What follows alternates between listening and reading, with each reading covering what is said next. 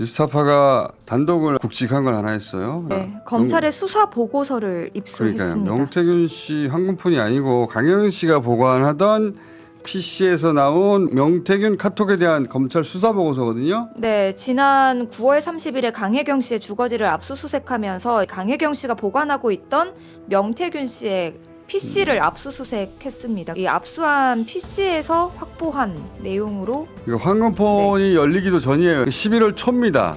수사 사실은 상당히 초반부인데 그때 이미 검찰은 이런 걸 확보하고 있었어요. 네. 뭐냐면은 그 김건희 씨한테 여론조사 안 보내줬다고 했잖아요. 그리고 경선 과정에서의 당원들 명단 가지고 불법 네. 조사해서 성향 분석한 그 보고서가 김건희 씨한테 넘어갔어요. 그게 카톡에 남아 있어요. 그 내용을 검찰도 이미 알고 있었어요. 네, 9월 30일에 이 PC를 압수했잖아요. 그리고 이걸 바탕으로 수사 보고서를 11월 4일에 작성했다고 합니다. 지금 화면 떠 있는 것은 이러다가 홍한테 뺏기는 거 아닙니까? 지금 이제 대선 경선 과정이었기 때문에 홍준표한테 뺏기는 거 아니냐 이런 말을 명태균 씨하고 김건희 씨가 주고받는 것이고 그 뒤에 카톡들 중에 보면은 보고서 내용이 있어요. 자, 보고서 당내 경선 책임당원 안심번호 5,000명 이거 불법이거든요. 네, 이거 보면 윤석열 부부가 명태균에 보면 불법적인 당원 명부 입수 그리고 활용을 알고 있었던 거죠. 저런 보고서 대통령실 그리고 국민의힘에서 뭐라고 했습니까? 그런 보고서 받은 적도 없고 본 적도 없고 저거 많이 떠들어놨잖아요. 다 거짓말이었고 검찰은 그게 거짓말인 걸 알고 있었어요. 자, 지금 내란 그리고 체포 이슈에 밀려서 주목받고 있지 못하는데 이 보도 내용은 아주 확실합니다. 검찰 보고서 수사 보고서 내용이거든요. 저는 고양이 뉴스에서 방탄 차량 영상 처음에 네. 관절을 빠져나갔다라고 했던 그 영상 있지 않습니까? 차량 두대 방탄 차량이 맞다고 전문가들 통해 저희가 확인했는데 빠져나갔을 때 저건 페인트 모션일 수도 있고 실제 빠져나갔을 수도 있다 이렇게 생각했거든요. 근데 저는 어제 윤석열이 저렇게 걸어 내려오는 장면을 보고서 아 도주했었다라고 판단을 바꿨습니다. 왜 그러냐면 갔다 돌아왔다. 예. 왜냐 다시 지도를 띄워봐 주세요. 3차 저지선 저 3차 저지선을 언론에서 찍고 있다는 거는 대통령실도 아주 잘 알고 있습니다. 네. 그래서 오마이뉴스도 고발했어요.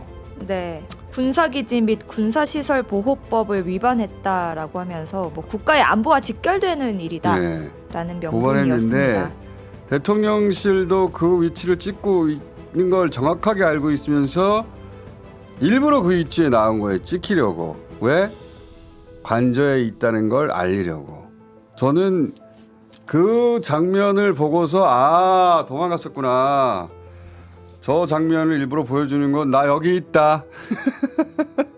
그런 말 하는 거거든요. 그래서 체포영장 2차 집행할 때 도망갈 상황, 기회, 조건이면 도망가려고 저러는 거라고 저는 이제 봅니다. 그렇다는 말은 갔다 왔다. 예. 그렇지 않다면 이걸 보여줄 이유가 없어요. 나 여기 있다. 일종의 김건희식 사고방식인데 이거는 아무래도 고발과 관련해서는 오마이뉴스와 오마이TV 측이 공익적 목적에 대한 법률적 자문을 미리 얻었다라고 밝혔고요. 그리고 국민의 관심사이자 세계적인 관심사이잖아요. 도피와 관련해서는 제보처가 경호처입니다. 그렇다고 하더군요. 네. 예. 그러니까 어제 관저에 있었다. 지금 관저에서 찍혔다. 이거 전혀 중요하지 않아요. 체포영장이 집행될 때 어디에 있을 것인가가 중요한 겁니다. 그것만 오로지 중요한 건데 저는 이제 방탄 차량으로 이동한다는 경우에 기본 프로토콜이 있잖아요. 이제는 다 무시하고 들락날락 할 가능성이 높다고 보는데 이미 관저에서 오가는 차량이 굉장히 많아요. 방탄 차량만 오가는 걸 지켜보는 건 의미가 없어요. 캐딜락이었던가? 예. 그 오가는 차량 찍은 영상 있죠?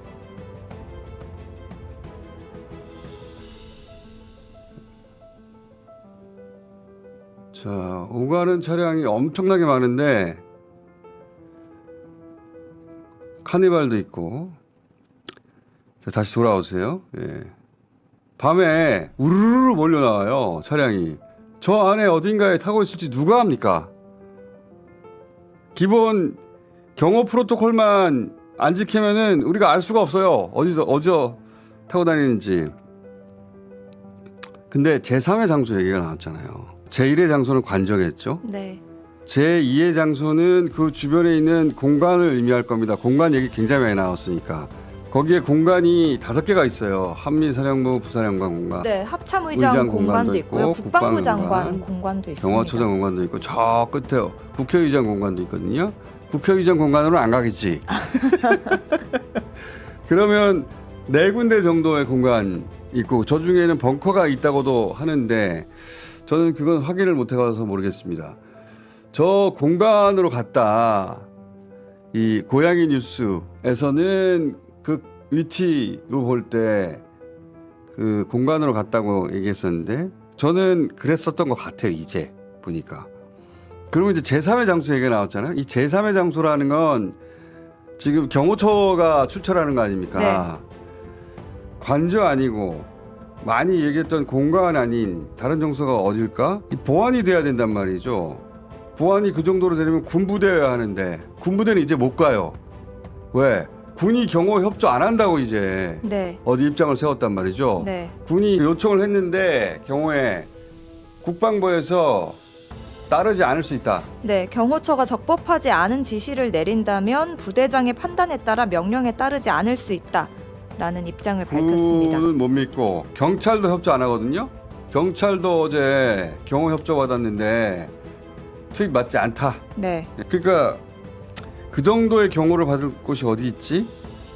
남은 곳은 저는 용산 대통령실 아니겠는가. 자기가 익숙하고 남겨놓은 술도 있을 것이고 그리고 그 시설을 경호하는 인력도 있거든요. 그 제 생각입니다. 제3의 왜 굳이 제3의 장소라고 했을까? 이 제보자는 어딘지 아는 거예요. 거기 직원들은 얼마나 싫을까요? 근데 기본적으로 이제 대통령이 오갈 때 무전으로 하는 각종 이야기들이 있을 텐데 그 프로토콜을 안 지켰을까 봅니다. 그렇다 하더라도 그 눈을 다 피할 수 있겠느냐. 거기를 지키는 경찰도 군도 또는 누구든 간에 저는 윤석열 편은 몇 남지 않았다고 봅니다. 그래서 제보가 오는 거예요.